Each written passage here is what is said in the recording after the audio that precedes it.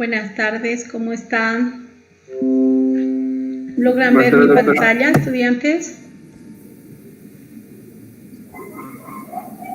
¿Aló? Buenas tardes, doctora.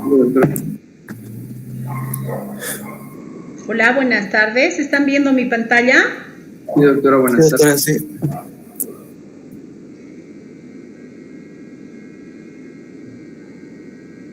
Daisy, Vanessa, ¿logra ver mi pantalla?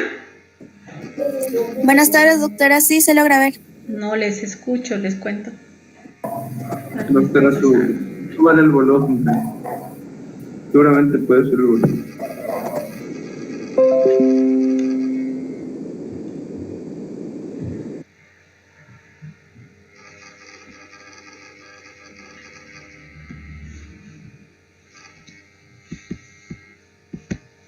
Está inactivado mi micrófono, creo.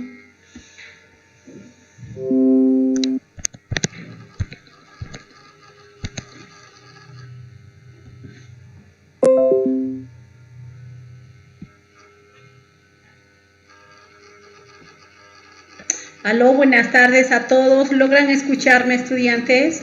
Sí, doctora. Hace rato estaba inactivo mi micrófono. ¿Y mi pantalla? ¿Están viendo? Sí, doctora. Ya. Sí, doctora. Vamos a continuar con nuestras clases hablando sobre cuál es el proceso metabólico que el organismo sigue cuando nosotros estamos en un estado de alimentación. Sabemos muy bien que cuando nos alimentamos al momento de comer, estamos haciendo ingestión de todo tipo de alimentos, ¿verdad? Los carbohidratos entran como monosacáridos a través del sistema porta, juntamente con los aminoácidos que provienen de la degradación de proteínas, ¿no? Y los lípidos a través de los kilomicrones, que son esas lipoproteínas que transportan estas moléculas lipídicas a nuestro organismo, pero esto se lleva a cabo a través de la vía linfática. Por tanto, al hígado, a través de la vena porta, ¿qué es lo que llega? Llega glucosa. Llega también otras hexosas, pero estas ingresan a la vía glucolítica, ¿no es cierto? Y sabemos muy bien que en esta situación el organismo, al incrementar los niveles de glucosa, lo que está haciendo es liberar insulina. Y es este proceso que permite que además del hígado, otros tejidos capten la molécula de glucosa y generen diferentes procesos metabólicos. Sabemos muy bien que si los niveles de glucosa están elevados en hígado, esto va a ir a almacenarse, ¿no es cierto? Y se almacena ¿en qué forma? En forma de glucógeno.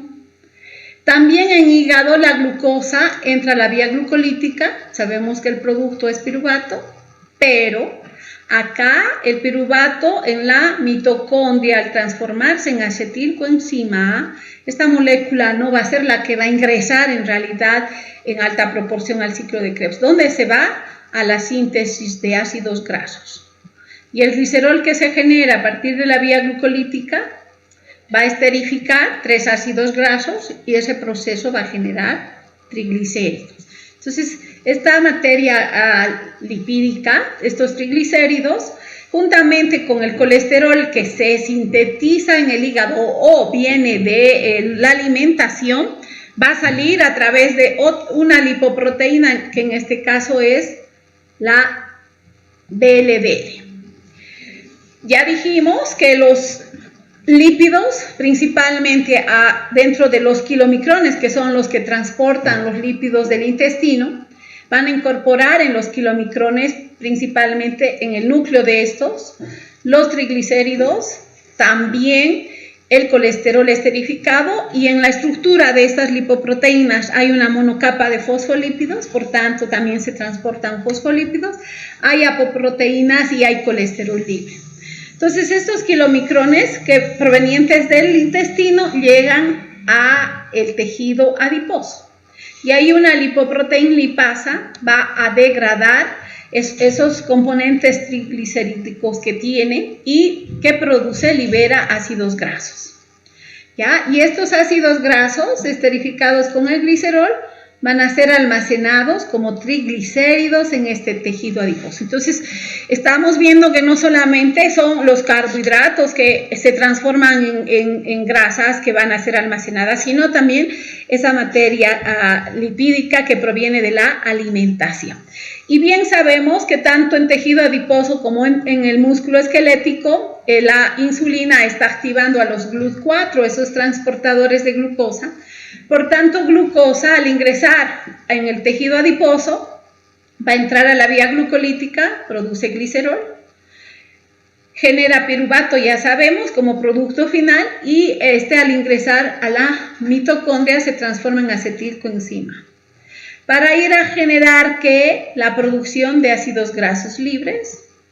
Y estos ácidos grasos esterificados al glicerol están generando los triglicéridos. Entonces, estos triglicéridos provienen de dos fuentes, de la dieta y vienen también de la glucosa. Cuando nosotros consumimos mucho carbohidrato, el exceso se va a ir a almacenar en el tejido adiposo como triglicéridos. Esa glucosa va a otros tejidos. En cerebro, por ejemplo, es el tejido que más utiliza la glucosa para llevar a cabo todas esas funciones fisiológicas metabólicas que se tienen que realizar, generación en este caso, neurotransmisores. La neurotransmisión, para todo eso necesita bastante energía y la fuente de esa energía es la glucosa, ¿ya? Entonces, glucosa en cerebro y otros tejidos principalmente va a entrar a degradarse y generar energía. ¿Qué pasa en el músculo? De igual manera, la insulina va a permitir el ingreso cuando los niveles de glucosa están elevados. Esta molécula no solamente va a entrar a tejido adiposo, sino también a nivel muscular a través de los GLUT4. E insulina no solo activa los GLUT4, sino también los transportadores de aminoácidos, ¿no? Entonces, a nivel de glucosa, lo que se está generando es entrar a la vía glucolítica, producir acetilcoenzima, y en músculo, principalmente cuando está en ejercicio, esta molécula va a ir a generar más energía ingresando al ciclo de Krebs. Pero si hay bastante glucosa y el músculo no necesita mucha energía, esta molécula va a ir a almacenarse como glucógeno. Entonces, hemos indicado que la glucosa puede disminuir esos niveles ingresando a estos dos tejidos y transformándose en glucosa, o generar también, como es el caso de tejido adiposo, la síntesis de ácidos grasos y convertirse en triglicéridos.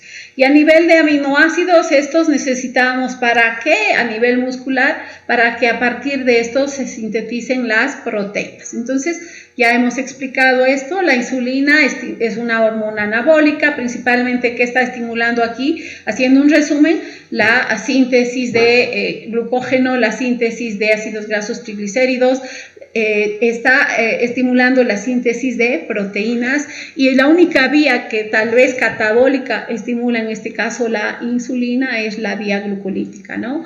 Y todos estos procesos con la finalidad principalmente de disminuir los niveles de glucosa en sangre. Entonces, eso es lo que sucede a nivel del metabolismo en el estado de alimentación y todas esas acciones que lleva a cabo la insulina.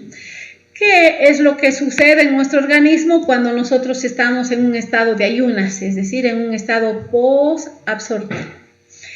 En este caso, los niveles de glucosa se agotan porque sabemos muy bien que la alimentación está aportando esos carbohidratos, como mencionamos anteriormente, pero cuando estamos en ayuno prolongado, pues la glucosa baja. ¿Y eso qué genera? La hipoglicemia, ¿no? Entonces, inmediatamente a nivel de páncreas, ¿qué es lo que hace páncreas?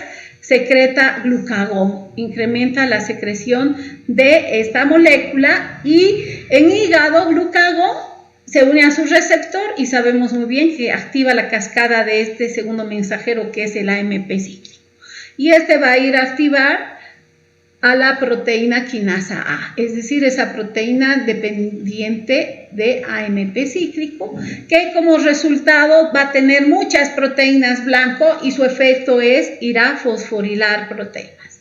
Entonces, esta enzima hace procesos de fosforilación en varias proteínas Y estos efectos, ya sabemos, en algunos casos pueden activar a estas enzimas o pueden ir a inhibir.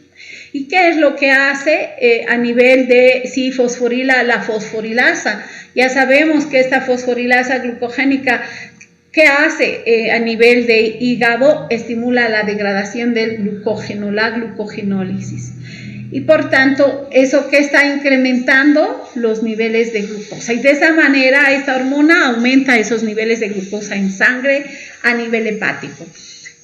Sabemos muy bien que la vía de la glucogenólisis, si está activa, la vía de la síntesis está inactiva. Entonces, esta enzimita que regula este proceso de la biosíntesis del glucógeno, que es la glucogenosintasa, al estar fosforilada va a estar inactiva y por tanto, ¿qué se está inactivando? O disminuye, si quieren, la síntesis de glucógeno, ¿no?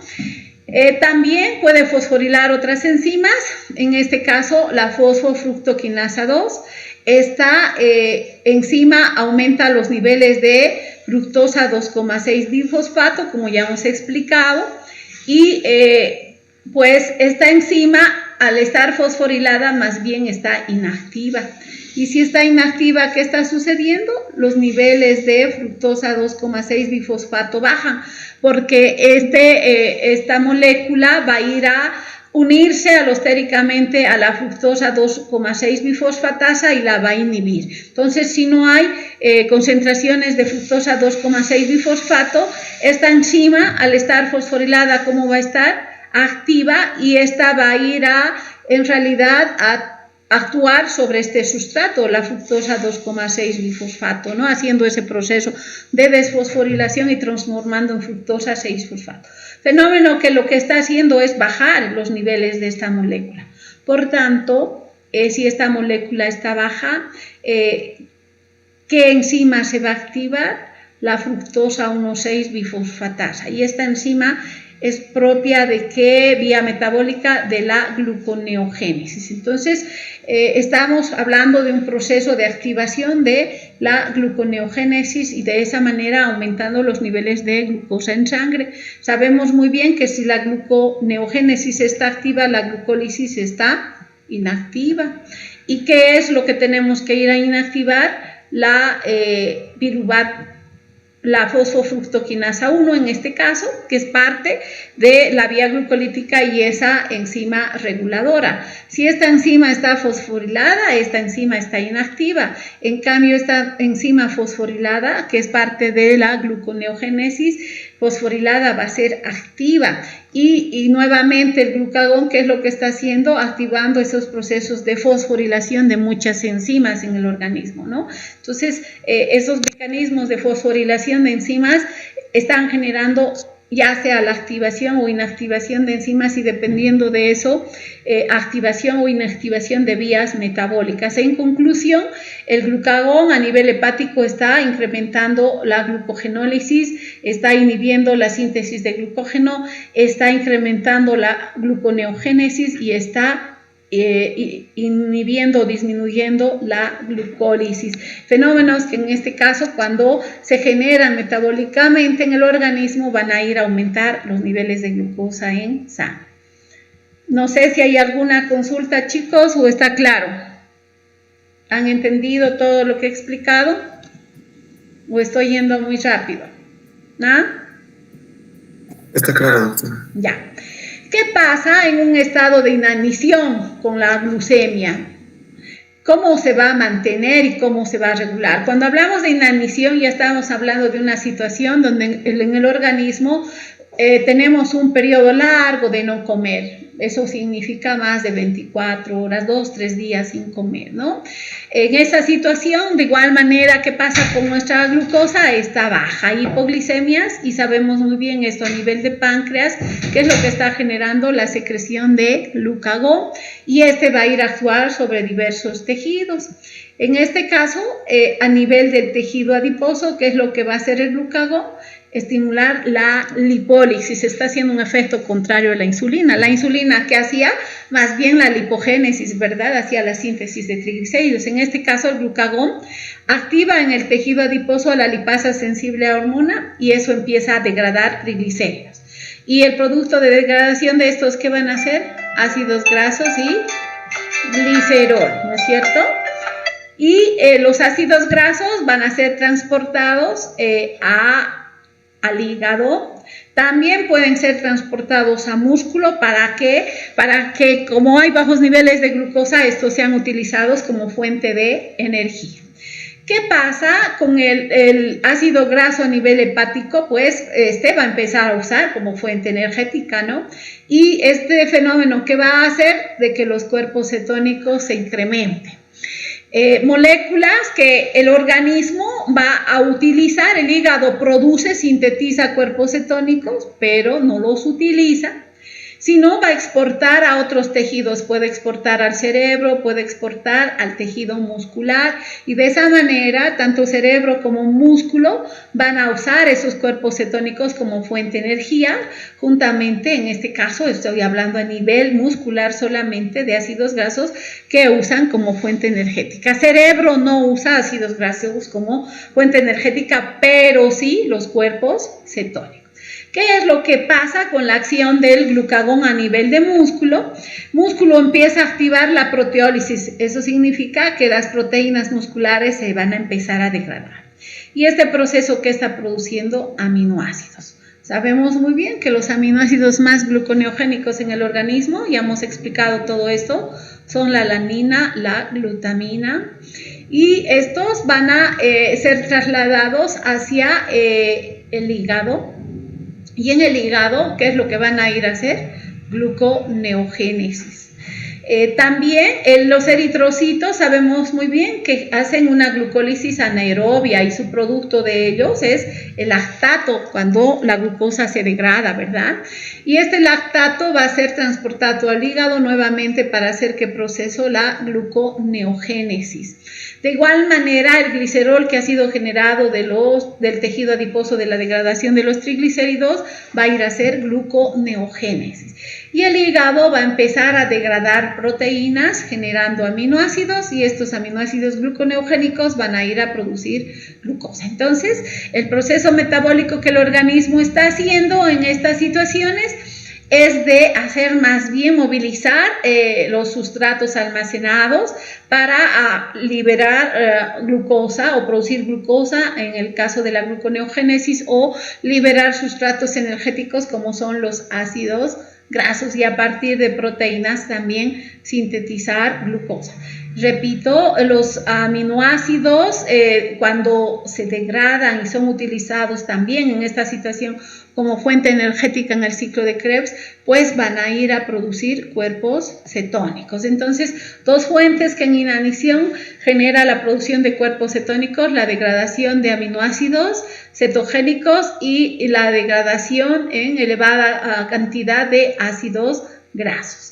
¿Qué es lo que pasa cuando estamos en inanición para que en este caso se también actúe otra hormona que es la noradrenalina?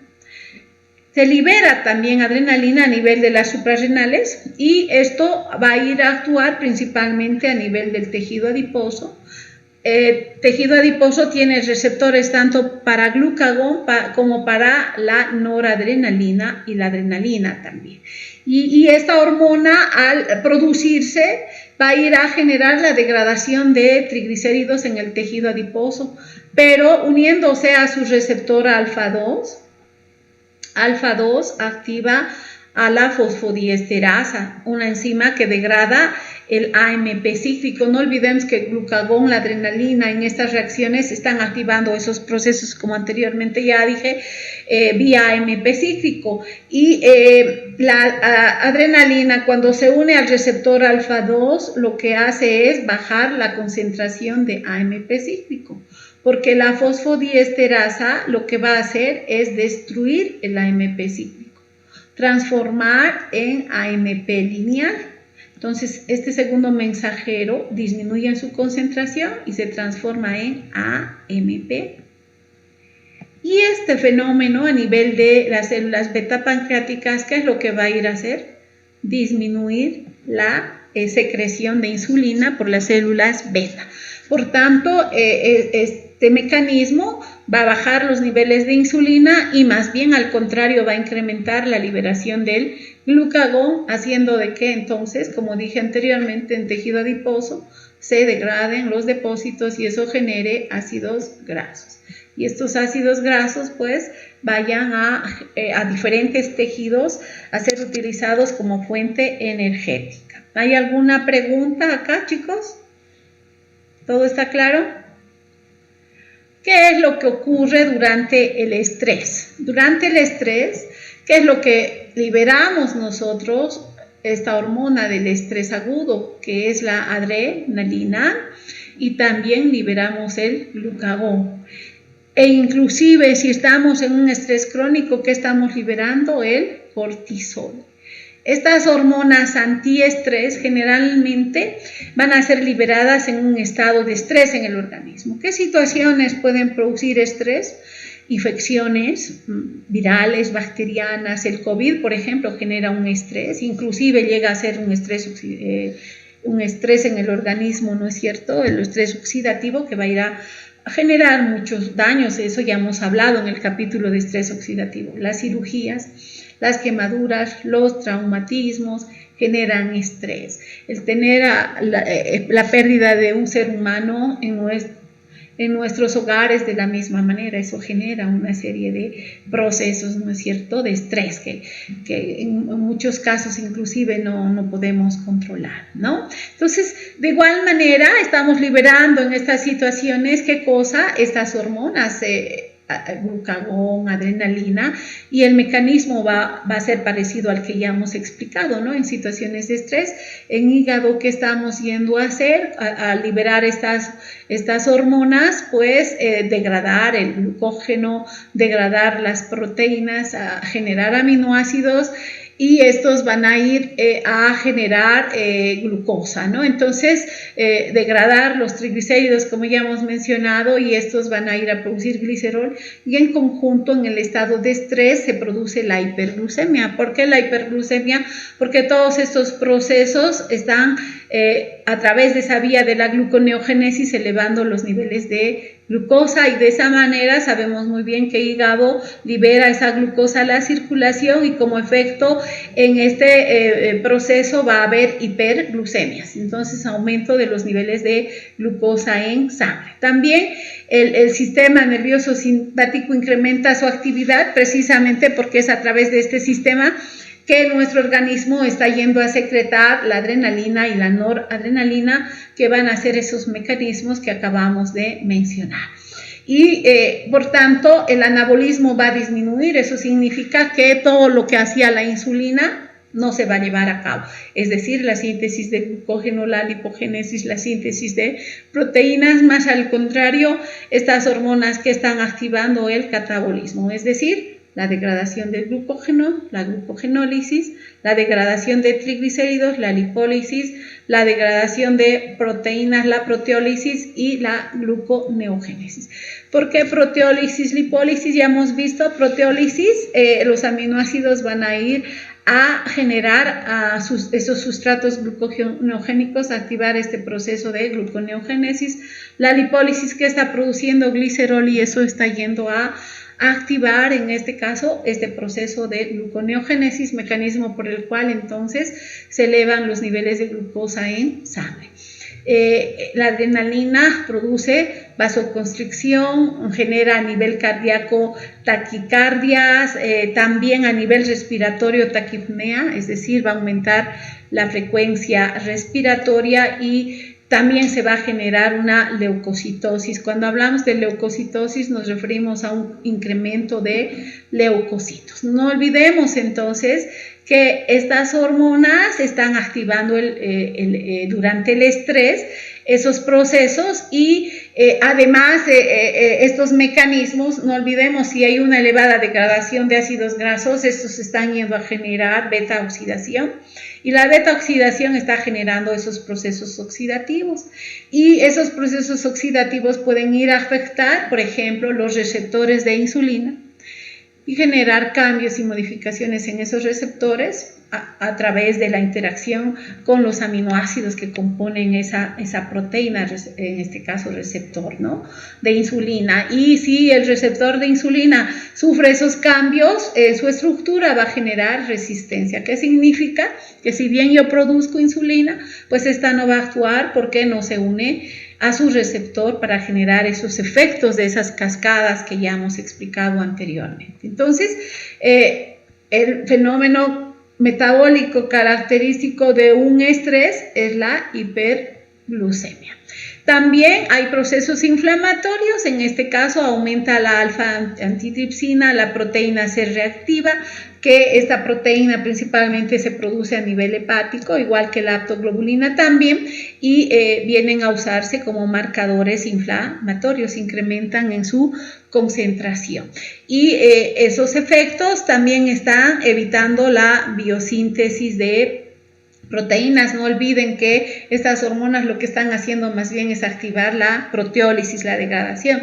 Por tanto, va a haber una supresión en la síntesis de albúmina y sabemos muy bien que albúmina juega un rol muy importante en la osmorregulación, ¿no es cierto? Entonces, vamos a tener también problemas a nivel de la osmorregulación. Entonces, en este proceso, la respuesta endocrina neuroendocrina va a hacer que el hipotálamo va a generar la secreción, en este caso, de la proteína estimuladora de la adenocorticotropina.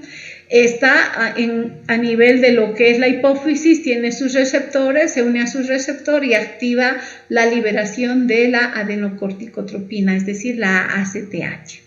¿Cuál es su mecanismo de acción de esta hormona a nivel de las suprarrenales? En la corteza, que el colesterol se transforme en cortisol. Hormona que va a ir a tener sus receptores a nivel del tejido adiposo, a nivel de músculo, a nivel de hígado. Y a nivel del tejido adiposo esto va a estimular la lipólisis, es decir, la liberación de ácidos grasos, e indirectamente, si nos damos cuenta, esto está liberando, ¿qué cosa? Glicerol, y el glicerol también a nivel hepático va a ir a hacer ese proceso de gluconeogénesis. A nivel de músculo, lo que va a estimular esta hormona es la degradación del glucógeno, y a nivel hepático también la degradación del glucógeno, y de esa manera está incrementando los niveles de glucosa en sangre. ¿Qué es lo que pasa a nivel del sistema nervioso simpático? Esta vía va a ir a activar a la médula suprarrenal, haciendo de que esta, a partir de la tirosina, libere ¿qué cosa? Adrenalina y noradrenalina, las catecolaminas, que van a tener receptores a nivel de las arterias, a nivel del hígado y a nivel del corazón. Y dependiendo a qué tipo de receptor estás, porque sabemos muy bien que tienen 3 tipos de receptores, ¿no? Alfa 1, alfa 2, beta 1, beta 2, beta 3. Y si es beta, pues sabemos muy bien que beta activa vía AMP cíclico. Entonces, si es alfa 1, activa la fosfolipasa C, eso produce IP3 diacilglicerol y activa esa cascada de incrementación del calcio.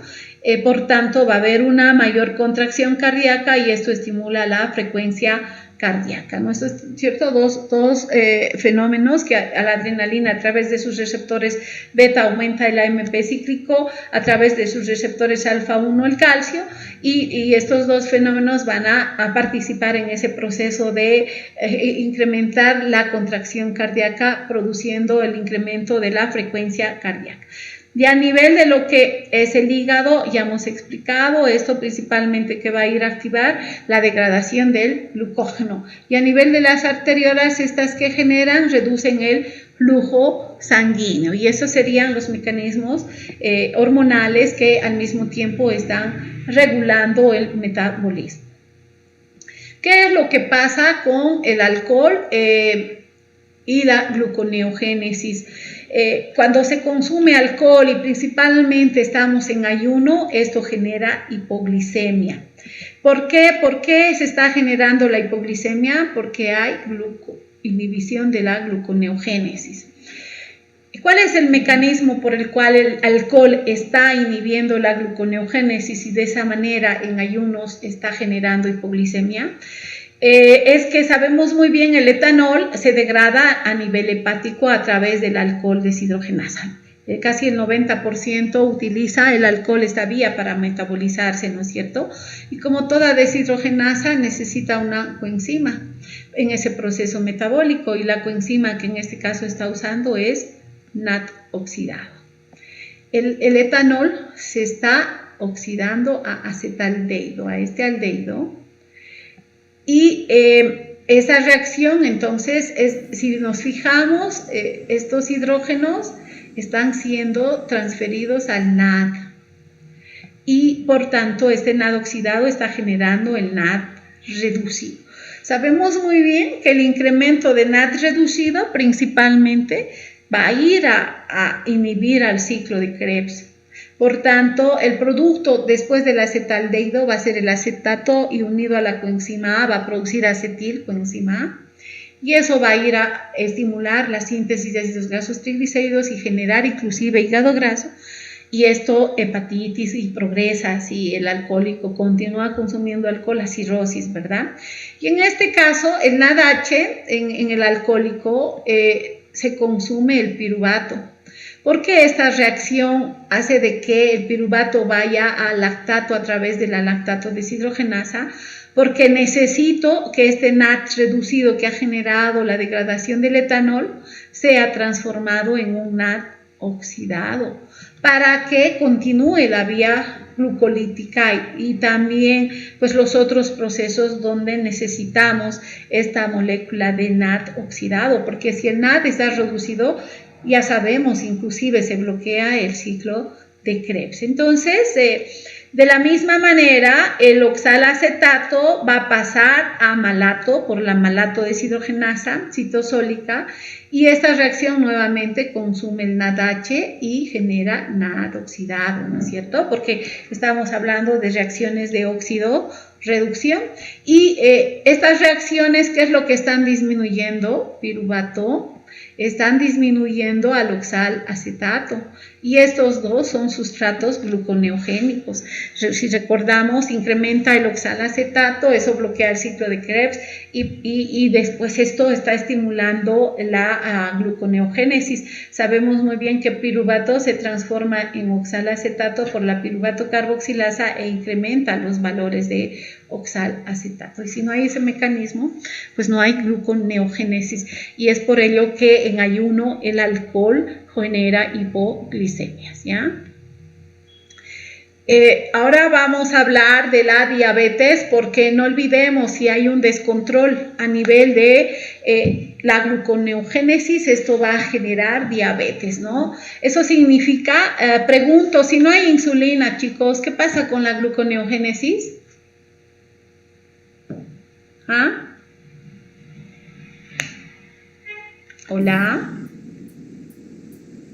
¿me están escuchando? A ver, Antesana, ¿qué pasaría con la gluconeogénesis si mis células beta no producen insulina? ¿Ah? No se podría llegar a producir la gluconeogénesis en este caso. ¿Cómo? Más bien. Aumenta, doctora. No hay hormona que inhiba este proceso, porque lo que hemos dicho, la insulina que hace inhibe la gluconeogénesis. Si no hay insulina, ¿se va a inhibir la gluconeogénesis? No, ¿verdad? ¿Y eso qué está produciendo si la gluconeogénesis no tiene control? Hiperglucemia. Entonces, ¿qué se está generando? Este trastorno que se conoce como ¿qué? Diabetes, ¿no? Y las hiperglucemias van a generar una serie de efectos metabólicos en el organismo, sobre todo trastornos vasculares. Precisamente, ¿por qué? Porque no hay secreción de insulina en el páncreas, o se está produciendo en menor proporción, y eso es principalmente tipo 1, no hay producción de insulina por las células beta pancreáticas. O la de tipo 2 es por defectos en este caso, en el receptor de la insulinoresistencia que genera en esta patología. Y a inicio inclusive hay hiperinsulinismo, pero no ejerce su efecto porque el receptor no está funcionando bien. Entonces, es por eso que decimos que disminuye la acción de la insulina o no hay secreción de insulina. Y si hay estos dos fenómenos, se produce la diabetes mellitus, ¿verdad? ¿Qué causas generan? Es multifactorial, muchas causas. Genéticas, eso normalmente si tengo padres con diabetes, pues puedo tener la predisposición de que genéticamente yo voy a tener diabetes, ¿no es cierto? También los factores ambientales, eso son importantes, y acá en la actualidad se está viendo y en los niños estamos observando que ya en nuestra población hay obesidad.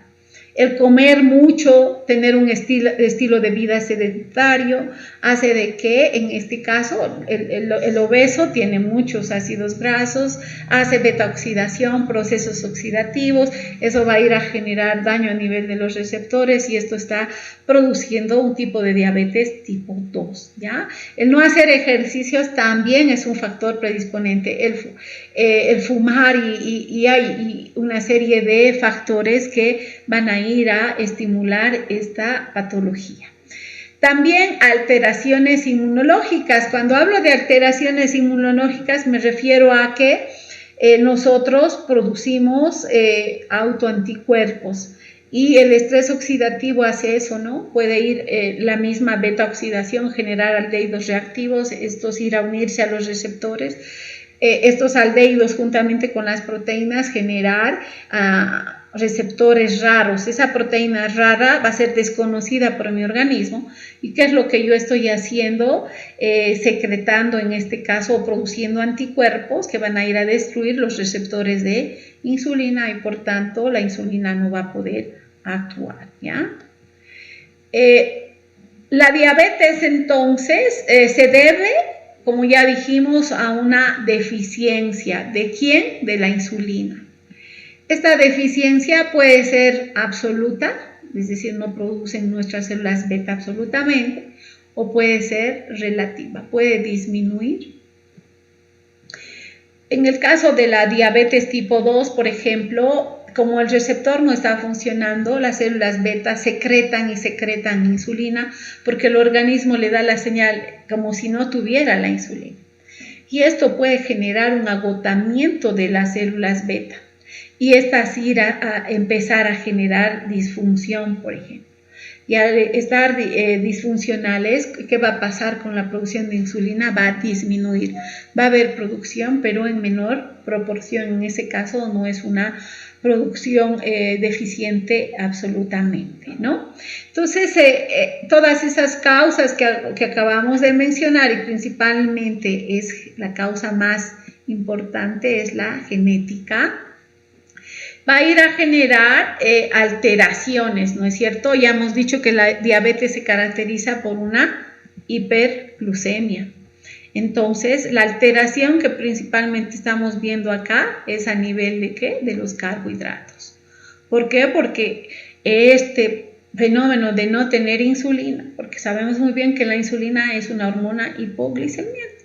Si no la tenemos, no actúa bien, o no estamos produciendo, pues esta hiperglucemia también va a ir a alterar el metabolismo de las proteínas y va a ir a alterar el metabolismo de los lípidos y también va a generar alteraciones en los electrolitos, ¿ya? Por tanto, hay una serie de alteraciones metabólicas que está generando esa alteración en los carbohidratos por la hiperglucemia que se está generando. Y en este caso, ¿cuál es la causa? Repito, la deficiencia de insulina. Ojo, hay hiperglucemia, nuestro umbral renal es de 200 miligramos, inclusive actualmente ya se está considerando 180 miligramos por decilitro. Entonces, si esos valores sobrepasan esos 180, el riñón no va a tener la capacidad de reabsorber la glucosa ¿Y qué es lo que se está generando? La glucosuria, es decir, qué es lo que se está eliminando a través de los riñones, la glucosa, ¿no? Bueno, a nivel de lo que son las diabetes, ya hemos visto que hay una serie de alteraciones metabólicas que también van a dar lugar a alteraciones fisiopatológicas y principalmente generar lesiones vasculares, y esto generar una disfunción a nivel de varios órganos. Por ejemplo, a nivel de los ojos se puede generar las cataratas, el glaucoma, la ceguera. A nivel del riñón, nefropatías. A nivel cerebral, en este caso, neuropatías. A nivel del corazón, alteraciones cardiovasculares, porque no olvidemos que esas lesiones vasculares van a ir a generar los sangrados trombos, y esto inclusive predisponer a los problemas de infarto agudo de miocardio, ¿no? Entonces, no olvidemos que si hay hiperglucemia, que se está generando en esta situación, lipidemias, ¿no? Incremento de ácidos grasos, esos generan estrés oxidativo, y ese estrés oxidativo está yendo a dañar el endotelio vascular, y este dañado va a ir a lesionarse y a generar sangrados, ¿no?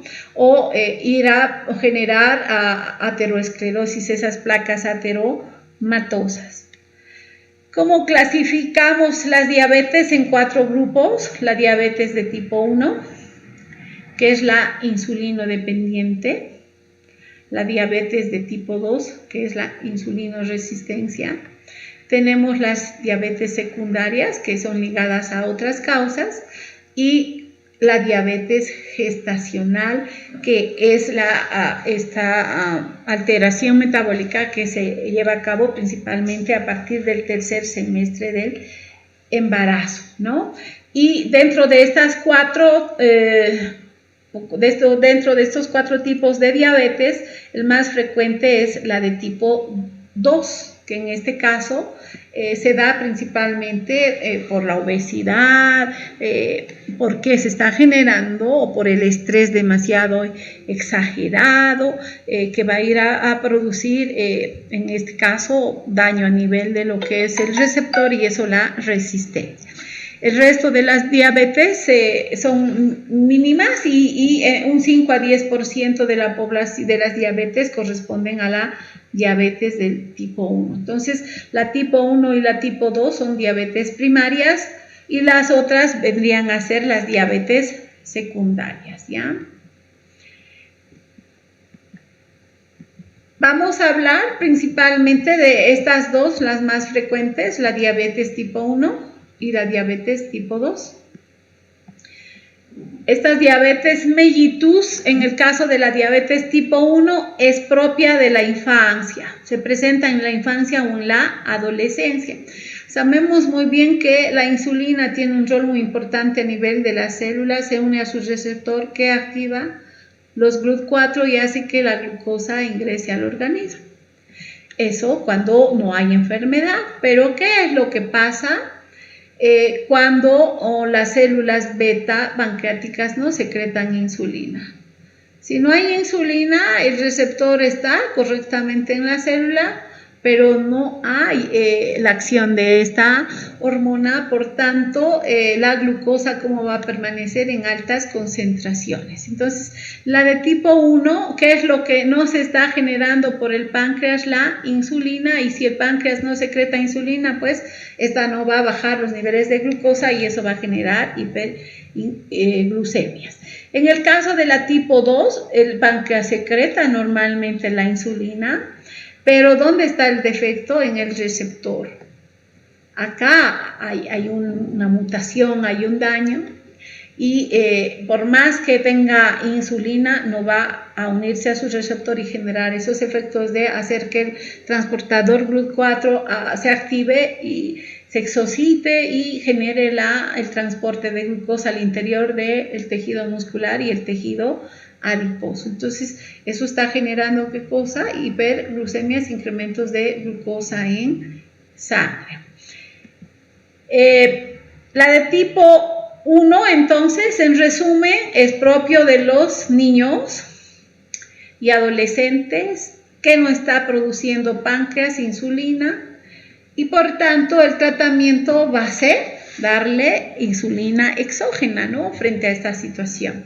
En cambio, en la de tipo 2, normalmente esto se produce en personas sedentarias, personas obesas, personas que comen mal, comen mucho carbohidrato, muchas grasas, y eso está generando el daño a nivel de los receptores. Entonces, es propio de los adultos, esto se manifiesta principalmente en la edad adulta.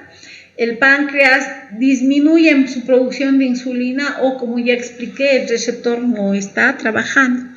Y por tanto el tratamiento en este caso principalmente es con el uso de drogas hipoglucemiantes, ¿no? Que por ejemplo, las sulfonilureas, que son secretagogos de insulina, ¿no? Y no olvidemos que en ambos tipos de diabetes tenemos que incrementar el ejercicio para hacer de que esa glucosa se consuma y baje los niveles, y tener una buena alimentación, disminuir la cantidad y principalmente a nivel de los carbohidratos, y comer pues de una buena manera, es decir, consumir bastantes verduras, bastante fruta, bajar el arroz, las papas y poner bastante proteína, ¿no? Y disminuir las grasas inclusive. Entonces, vamos a explicar cuáles son los mecanismos o fenómenos que se generan en la diabetes mellitus tipo 2 a nivel del metabolismo. Esta es conocida como insulino dependiente. También se conoce como diabetes sacarina, y como ya indicamos, aquí hay deficiencia casi completa o total de la insulina. ¿Por qué? Porque el páncreas no está produciendo. Por tanto, si no hay insulina, sabemos muy bien que la insulina abre la puerta para que ingrese la glucosa a las células. Por tanto, no van a bajar los niveles de glucosa en sangre. Más bien, la falta de insulina está haciendo a que la gluconeogénesis está activa, a que la degradación del glucógeno se genere, y inclusive va a ir a activar la producción de glucagón, y el glucagón, chicos, está activando más la gluconeogénesis y generando las hiperglucemias. En esta patología la principal causa es la genética, pero también la autoinmunitaria, ¿no? ¿Qué es lo que se genera? La producción de autoanticuerpos. ¿Contra quiénes? Contra las células beta. Entonces, si nuestras células beta en los islotes pancreáticos son destruidos por nuestros propios anticuerpos, pues no hay producción de insulina por esas células porque están destruidas. ¿Cuáles serían las causas más frecuentes? El COVID está generando esto, chicos, principalmente porque vemos de que se une, ¿no? a través de los receptores BDR y ingresa a las células beta pancreáticas, no solo ahí. Y a mí me acaban de informar que tengo, por ejemplo, hiperplasia del nervio óptico, imagínense, y probablemente sea producido por el COVID. Entonces, las infecciones virales, como el COVID, que están generando procesos inflamatorios, ¿no?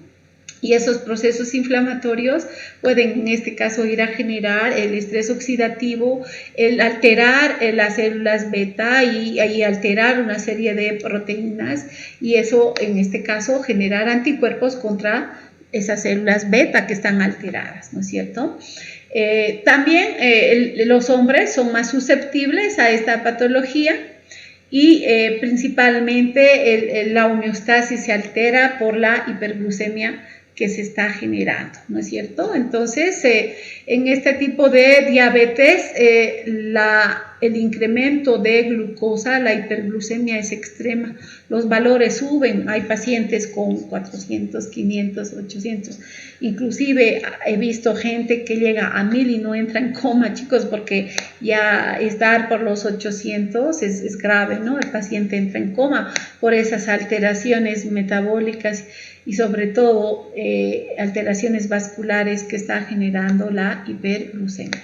Ya hemos explicado que el elevar la glucosa también está aumentando la síntesis de ácidos grasos, triglicéridos. Entonces, acá podemos hacer de que esos ácidos grasos que se están generando también vayan como no hay insulina, no van a ir a sintetizar triglicéridos, ¿no? Aunque es lo que van a ir a hacer, más bien a degradarse y eso generar cetosis. Y la hiperglucemia, pues entra la vía glucolítica, porque no olvidemos, no hay insulina y eso está haciendo de que esta hiperglucemia incremente los niveles de acetilcoenzima A también a través de su catabolismo y eso vaya a generar cuerpos cetónicos.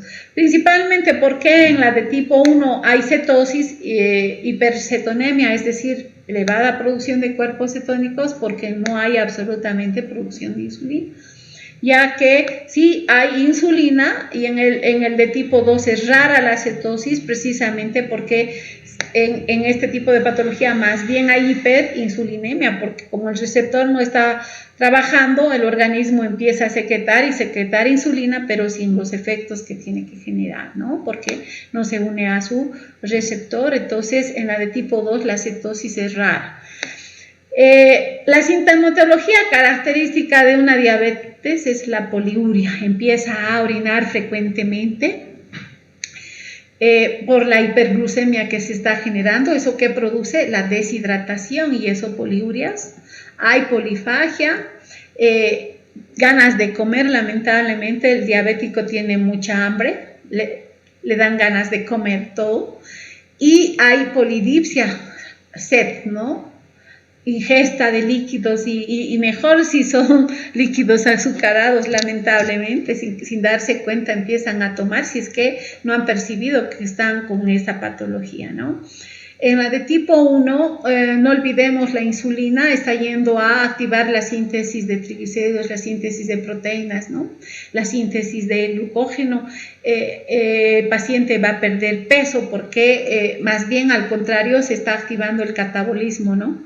Hay pérdida de pelo, estas personas diabéticas sienten fatiga, hay debilidad, hay cansancio, inclusive en los niños, porque es propio de niños, hemos dicho, ¿no?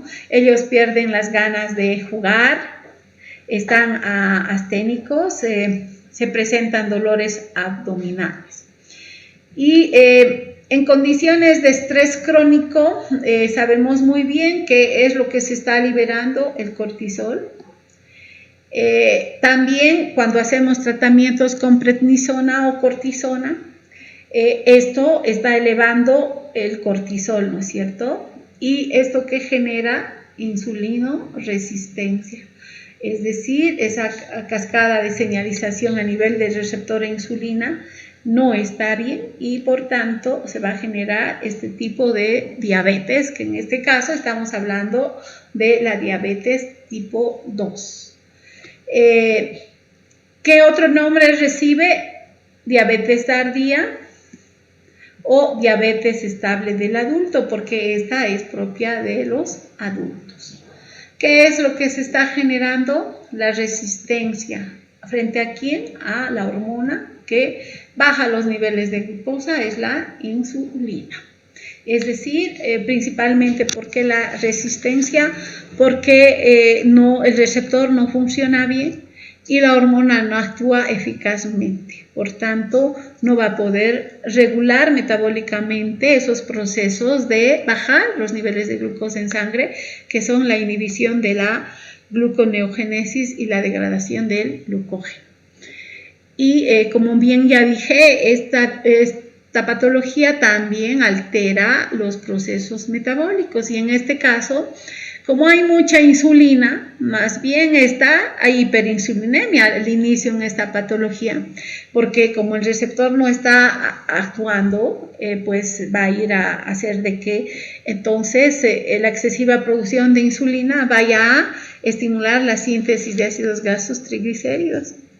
Y en este caso, eso está generando obesidad. Y hay dos corrientes aquí, ¿no? Por ejemplo, la corriente alemana dice la obesidad es la que produce diabetes.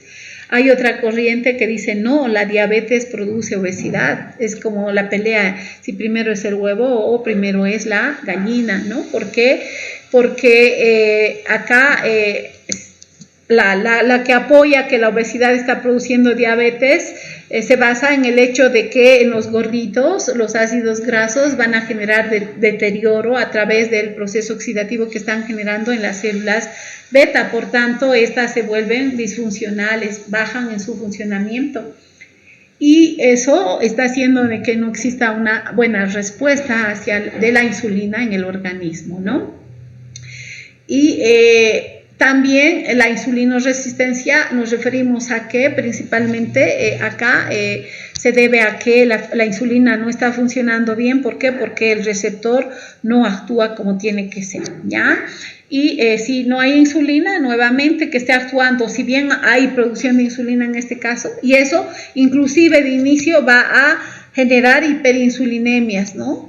Pero aún habiendo bastante insulina, como su receptor no está actuando bien, va a generar las hiperglucemias porque no va a abrir la puertita para que la glucosa entre al tejido adiposo y al tejido muscular. Entonces, esos fenómenos, además de alterar las regulaciones del metabolismo de carbohidratos principalmente, estamos haciendo de que pues se cambie, ¿no? En este caso, si no hay insulina,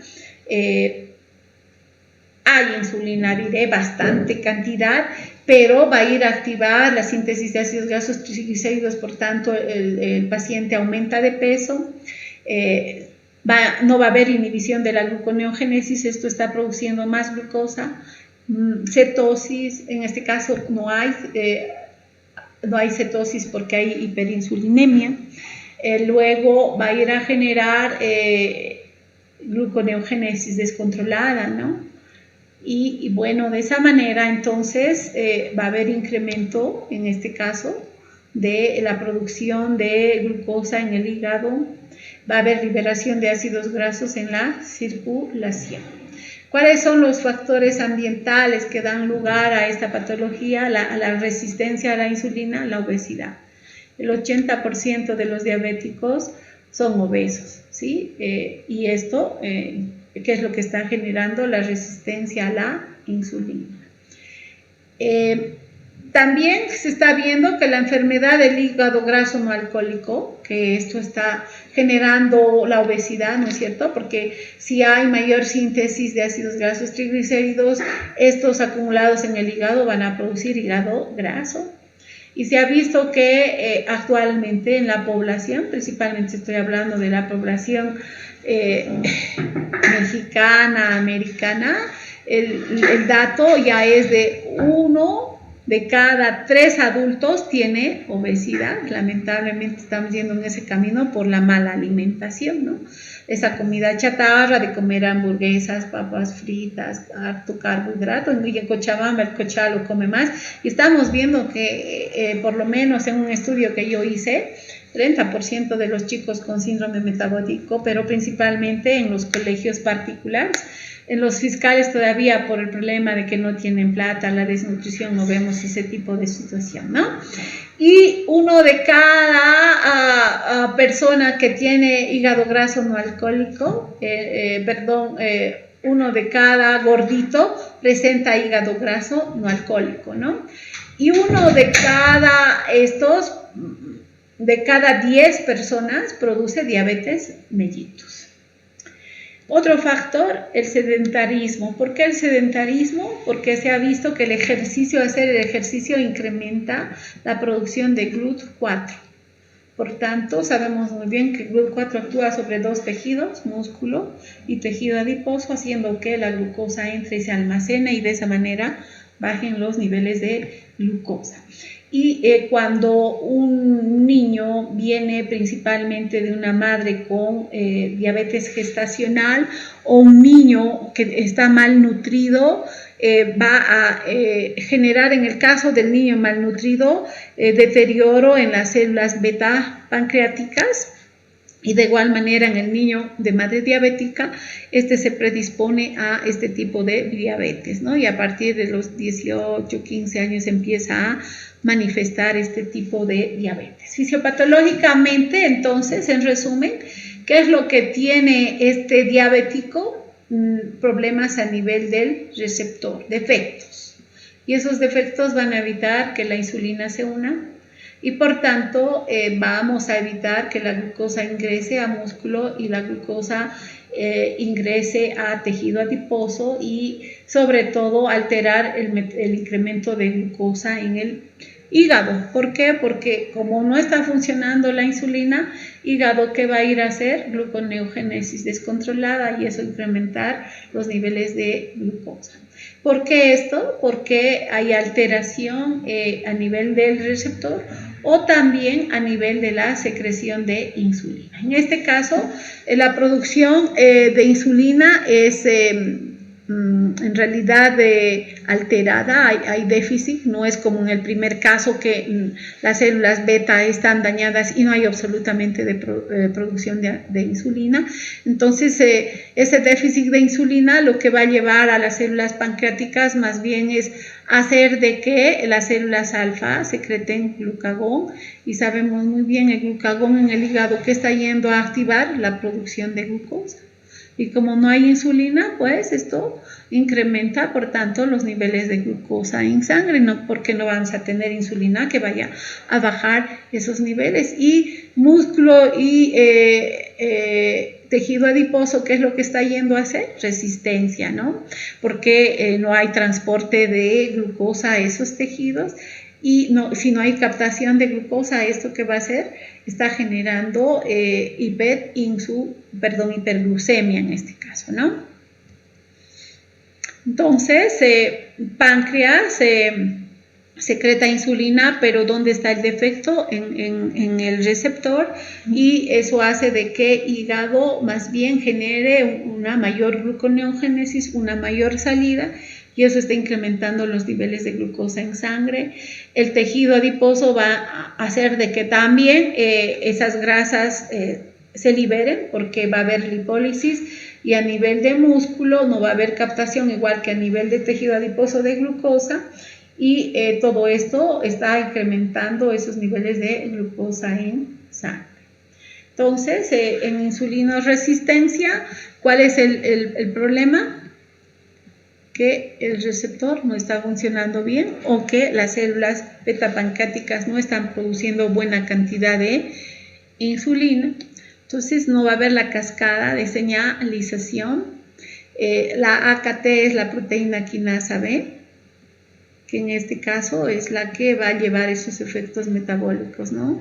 Si esta está alterada y no está funcionando, normalmente inhibía, ¿no es cierto?, a la gluconeogénesis. Entonces esta no va a estar inhibida, más bien va a estar activa. Activaba la síntesis de glucógeno, más bien en este caso la resistencia, ¿qué es lo que va a hacer? Inhibir la síntesis de glucógeno. Este mecanismo activa el transporte de glucosa, no va a haber transporte de glucosa, y por tanto sabemos muy bien que esta más bien va a ir a activar la lipólisis en vez de esta señalización, en vez de activar la lipogénesis como tenía que ser.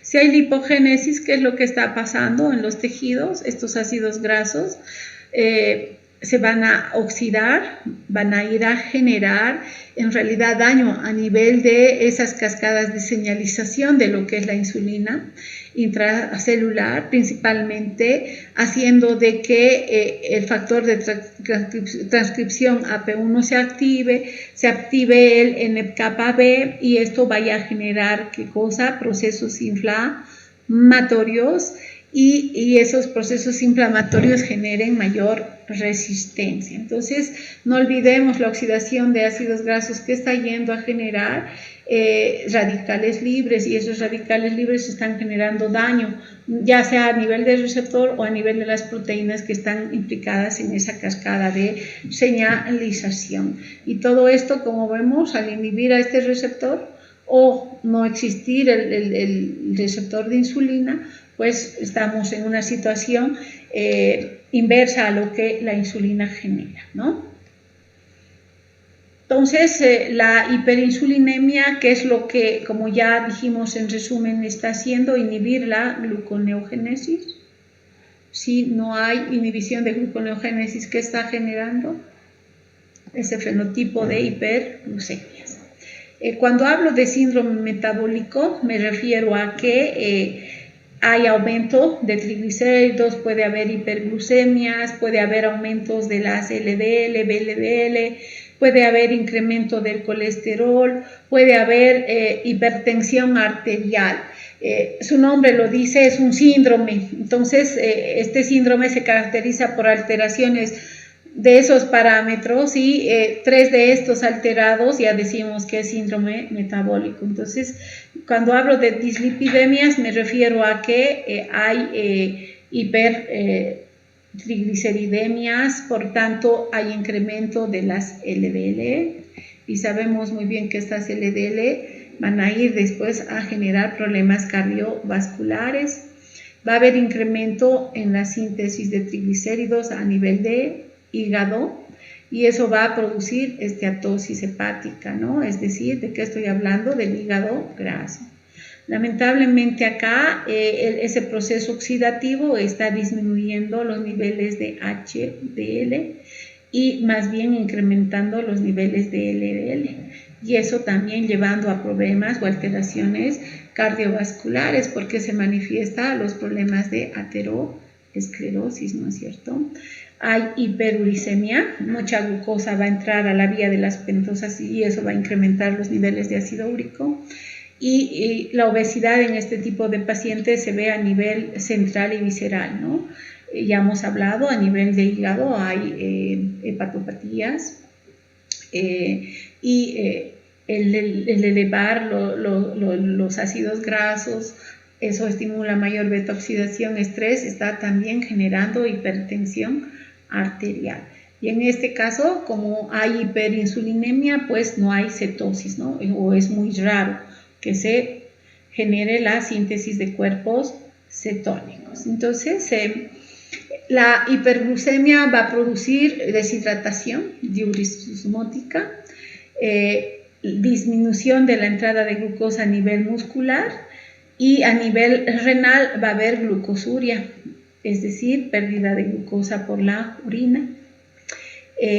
A nivel muscular va a haber degradación de proteínas y eso va a generar destrucción muscular. A nivel hepático, por el hígado graso que se está generando, hay disfunciones hepáticas.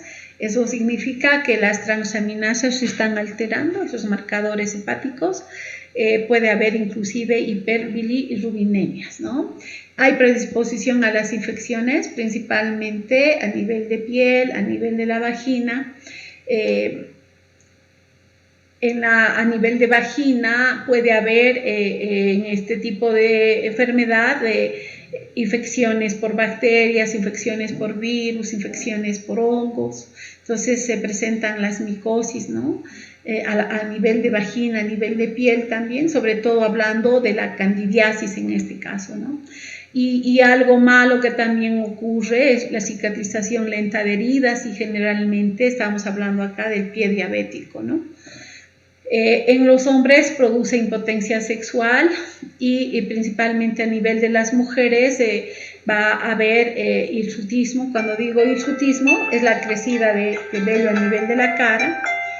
Hay acné, hay en este caso alteraciones a nivel de lo que es la menstruación, y algo característico que se ve en los diabéticos que empiezan en edad temprana, el ovario poliquístico, ¿no? El síndrome de ovario poliquístico. Y voy a terminar indicando diabetes secundaria, sí, diabetes gestacional, porque todavía nos falta, chicos, y debo terminar después del receso mis clases, entonces necesito avanzar un poquito, ¿no? Cuando hablo de las diabetes secundarias, principalmente estas están ligadas a enfermedades pancreáticas. Por ejemplo, las pancreatitis, tanto agudas como crónicas, una fibrosis quística a ese nivel puede llevar a generar este tipo de diabetes. O también endocrinopatías, el síndrome de Cushing. En el síndrome de Cushing, que se está produciendo una hipersecreción de cortisol, y ya sabemos cortisol que activa la gluconeogénesis y el incremento de glucosa, la hormona de crecimiento en el caso de la acromegalia, y de igual manera esto está yendo a generar hiperglucemias, ¿no? En el hipertiroidismo también. Puede existir a nivel genético en este tipo de diabetes secundaria una mutación en el gen que codifica para la insulina o mutación en el gen que codifica para el receptor. O ciertos fármacos tóxicos pueden también producir diabetes secundaria, como hemos dicho, los glucocorticoides, ¿no? El tratamiento en el COVID por mucho tiempo con glucocorticoides puede llevar también a generar diabetes, ¿no? Entonces hay una serie de fármacos que pueden generar diabetes secundaria. Agentes infecciosos también, la rubiola, el citomegalovirus, en el síndrome de Down, el síndrome de Klinefelter, por ejemplo, también se ha visto que hay diabetes secundarias, ¿no? Y finalmente hablar de la diabetes gestacional. Esta principalmente se manifiesta a partir del tercer trimestre de gestación.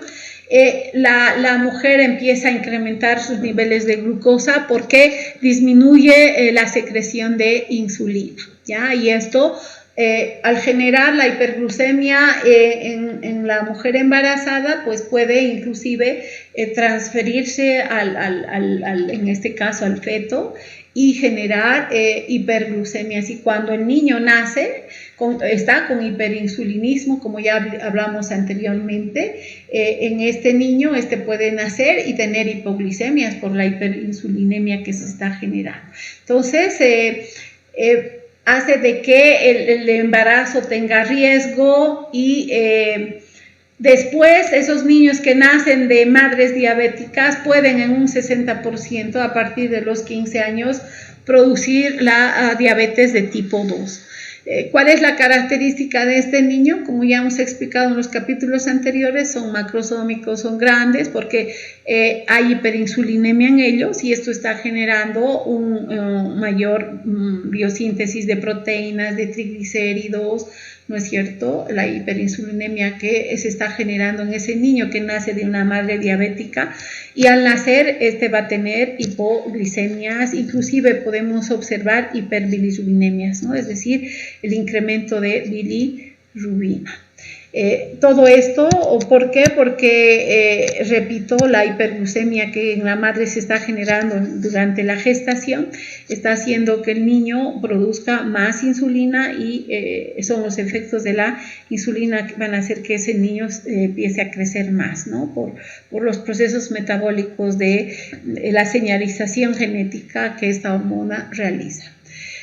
Hasta ahí hemos terminado lo que es diabetes. Luego vamos a hablar en los próximos capítulos, chicos, del diagnóstico, cómo se hace el diagnóstico, y también hablar del tratamiento, y hablar un poco de cuáles son esas manifestaciones clínicas ligadas a las complicaciones que produce esta enfermedad, ¿ya? Y comunicarles que a partir de la próxima semana estamos ya en receso, ¿no es cierto? Por tanto, no tenemos clases durante 2 semanas, es el receso, ¿no?